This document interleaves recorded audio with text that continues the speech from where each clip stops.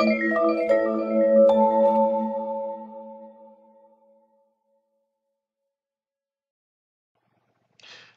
my name is Stephen Walther, and in this video, I'm going to be giving you an overview of ASP.NET MVC applications. My real goal is to explain, well, the three letters MVC. I want to explain the different parts of the model view controller application. So I want to explain what models are, what views are, and what controllers are.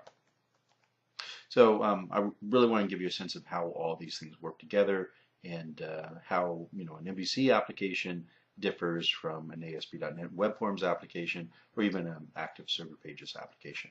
So let's start by creating a new Visual Studio project. We'll create an ASP.NET MVC application in Visual Studio. So let me switch over to Visual Studio and I'm going to go to File, New Project. And I'm going to select Visual Basic over here on the left. I could, of course, if I wanted to, use C# as my language. And then over here on the right, I'm going to select the ASP.NET MVC Web Application template. The default name of MVC Application 1, not the best name in the world. I'm going to stick with it since this is just a throwaway application. Click OK. And next thing it's going to ask is it's going to ask whether I want to create a project for creating unit tests for my new MVC application. I'm just going to select no because we're not going to be using unit tests. And there we go. If you go over here to Solution Explorer, you'll notice that we get a bunch of default folders and some default files. So what's going on here? Well, again, you'll notice that we get a folder that corresponds to each of the letters in MVC. We get a models folder, a views folder, and a controllers folder. So what's going on with those folders? Well, the best way to kind of get a handle on what's going on with the content of these folders is to run an MVC application. And fortunately for us, we get a default MVC application when we create a new MVC application in Visual Studio. If you open up the controllers folder, you'll notice that we get a default controller. And if we open up the views folder, you'll notice that we actually get a subfolder with some views in it. So we can go ahead and run this and we'll get a very, very simple sample application. So I'm going to go ahead and hit run. It's going to ask me whether I want to go into debug mode. I'm going to click OK. And it's opening up a browser. And there we go. We get our sample MVC application. Now this is, an insanely simple application we get. It only consists of 2 pages. It consists of this home page right here. That's what we're seeing by default. And if you click About Us, you get this About page right here. So that's it in terms of the application. The important thing to notice about the sample application is the URL, the address bar up here in your browser. If I click on Home, notice that the URL is /home. It's going to some content at /home. If I click on About, the URL says / about. Okay, so let's close down the browser and let's try to find the home and the about content. So I'm going to go over here to the Solution Explorer window.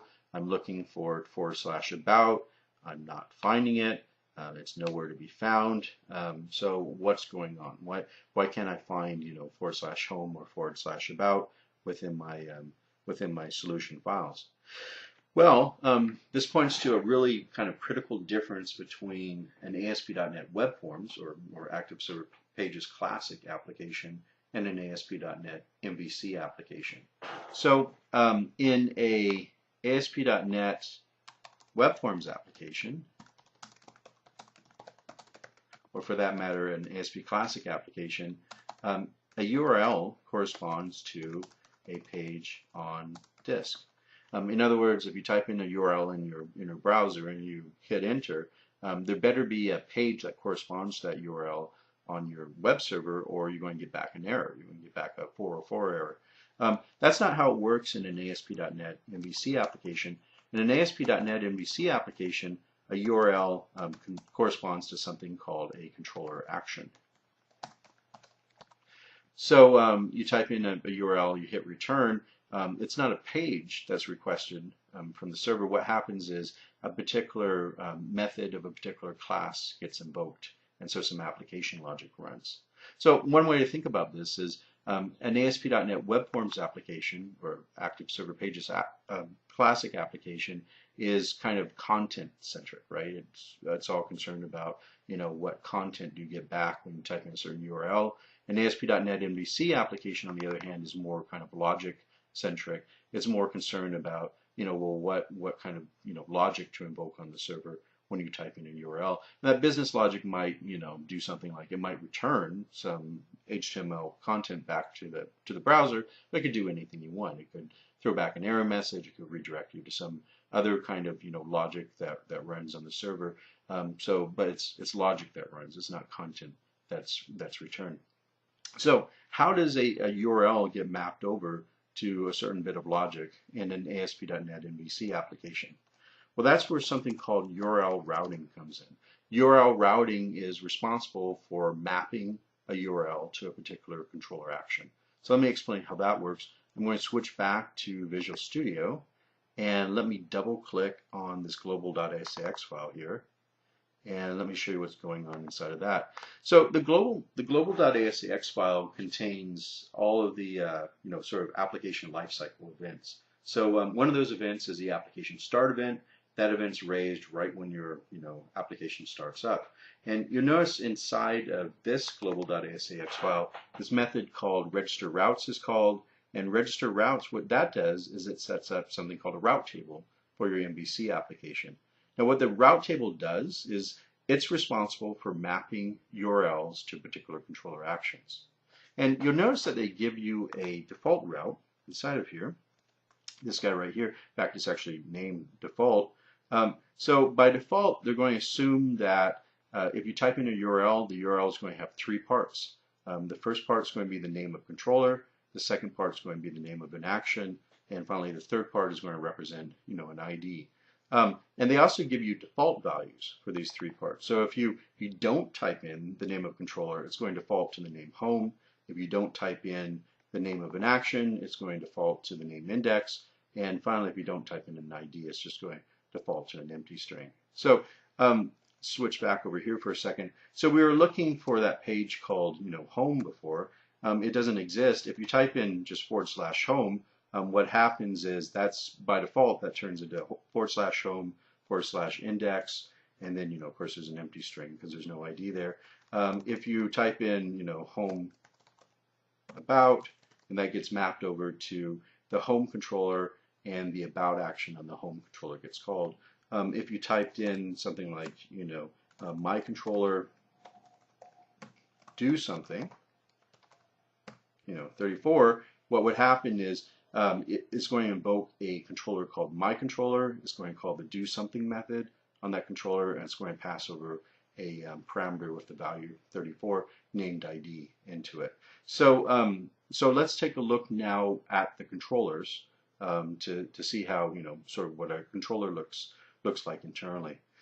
So we get the one controller by default in our sample application, the home controller. So I just opened it up over here. It is in the controllers folder. All the controllers that you create will be in the controllers folder. And you'll notice that the home controller has two functions inside of it.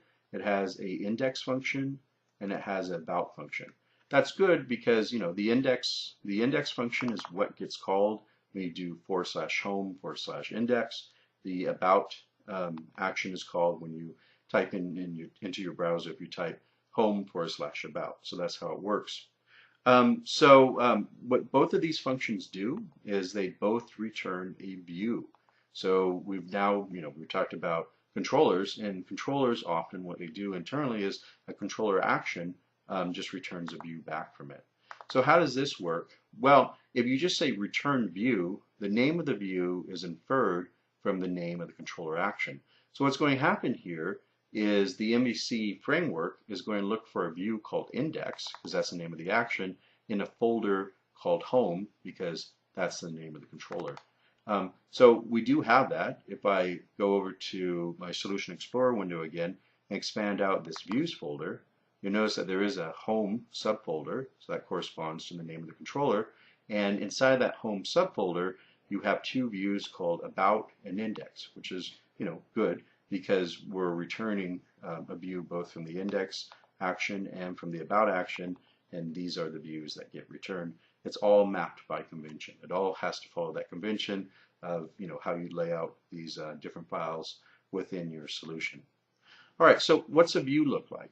Well, this shouldn't be surprising. If I open up a view, you notice that it's just HTML. So inside of here we have normal HTML tags. This contains all of your all of the content that you want to display to the user. So normally it just contains some HTML content inside of it. All right, so we've talked at this point. We've managed to talk about controllers and views. And you remember what a controller is responsible for doing is firing off some logic when a request is made from a browser. So fires off some logic in response to a browser request. And a view contains the sort of HTML markup and content that is returned to the browser. So the only thing left in this MVC stuff is, well, what's the model? So we've talked about the view and the controller. So where does the model come in? Well, the idea of the model is supposed to consist of all your logic, all your sort of application logic, all your database access logic, all that stuff goes into the model. So the model really consists of a bunch of classes. Another way of explaining that is, over here in our controller, these controller functions right now are really, really, small. I mean, we don't have a lot of logic going on inside the index function or the about function, and that's the way it's supposed to be.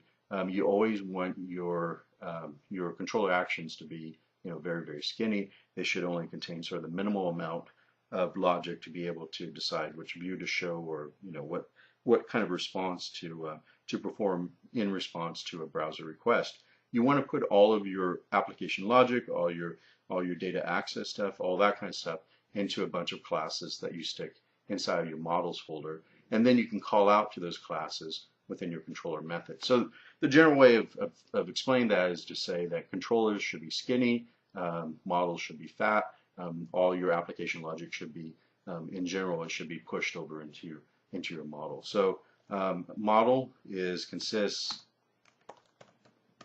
of sort of business logic, data access logic, all the logic that makes up your application. So that's the MVC, that's the model, view, and controller. So anyway, so this was a very, very high level overview of the different parts of an ASP.NET MVC application, but I hope it gives you enough to sort of get started understanding what's going on with the different parts of an MVC application.